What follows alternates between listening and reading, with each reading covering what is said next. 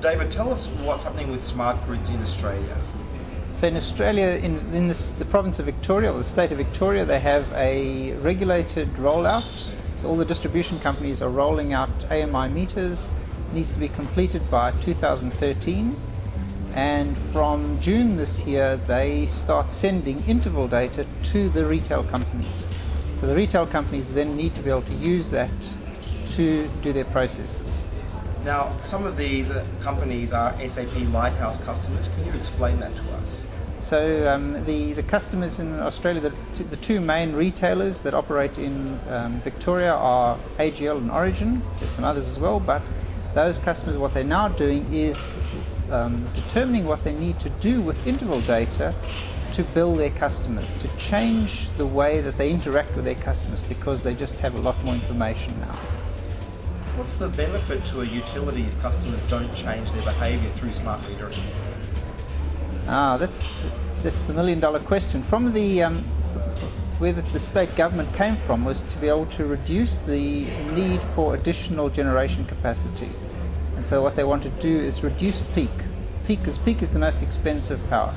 From a generating capacity is also a distribution capacity. So if you can reduce that, it means you don't need to build new power plants, you don't need to spend additional funds on distribution. So if you can get customers to change that behavior, that's what you're trying to do. Now, tell us about the changes to the SAP product to move into the smart grids arena. So what we had to do is integrate it to be absolutely seamless for the way that we deal with a customer.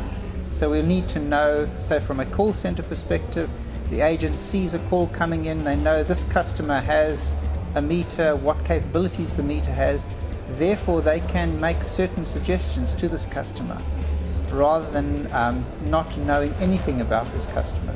So they know the technical capabilities of this meter, and they then can suggest, well, this customer can go on to an XYZ package or a demand response package. They're able to tailor it for that customer. It also means that when we perform some of our other processes, instead of adding to the work, we in fact just the work just happens automatically with integration into the MDM system. So we provide the integration to the MDM system as part of what we've done in the Lighthouse groups. So maybe I can add to that. So David made a point of changing customer behavior. That's probably the toughest part of these rollouts. Customer needs to have a very strong reason to change.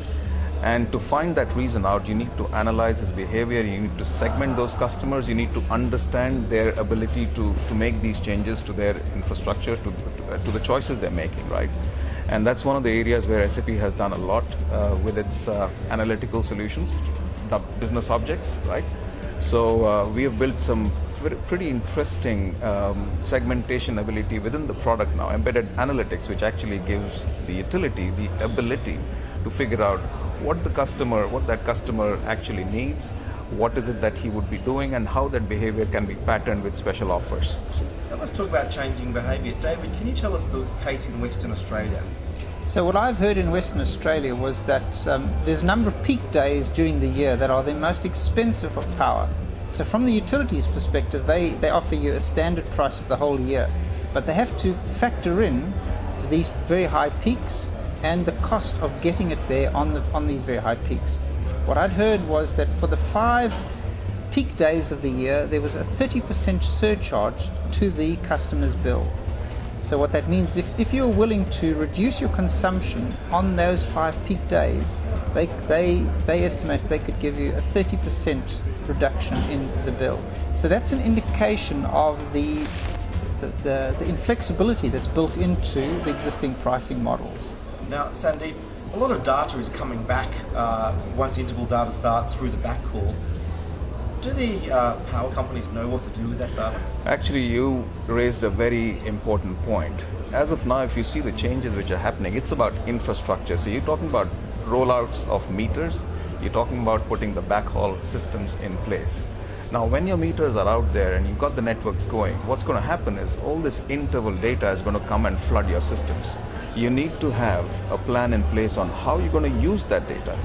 And one of the things I mentioned earlier about customer behavior, one of the ways to change this customer behavior is to analyze that data and make sense out of it. And you'll have gigabytes and gigabytes of that. So it's going to change the way utilities have been using their existing back office IT infrastructure, and it needs to now adapt to this huge deluge of data which is going to happen. We took this problem, we tore it apart, and we figured out how this data can be utilized, aggregated, collected, and can be made to use in the customer care and billing systems. So it's something which we analyzed, and I think this aspect of the data explosion is a much more complex area which utilities and other companies need to start focusing now. Yes, meters are important. Do we see utilities actually attending to this problem right now? Probably not. But I think the coming years, the next couple of years, are going to see a huge amount of change in the back office IT infrastructures. For Asian utility operators, the decision to go smart grid has really come down to cost of meters. Absolutely. A lot of cases they said it's not worth it overall. But what are your views about maybe metro regional splits in Asia? Who's looking at doing what? Well, in Asia, it's not one size fits all. Each country is adopting its own perception of how smart meter introduction is going to be changing. So I think a metro and rural split is definitely bound to happen. It's going to take place. And even within the metros, the rollouts are going to be focusing on the CNI customers first, right? And after that, the other metro customers would be impacted. It's a chicken and egg story as to where do you go first. I absolutely do believe that metros are the first port of call for utility companies. And the success of these rollouts is going to be depending on changes of customer behavior, which is something, again, which most of the utilities really haven't given too much attention to right now.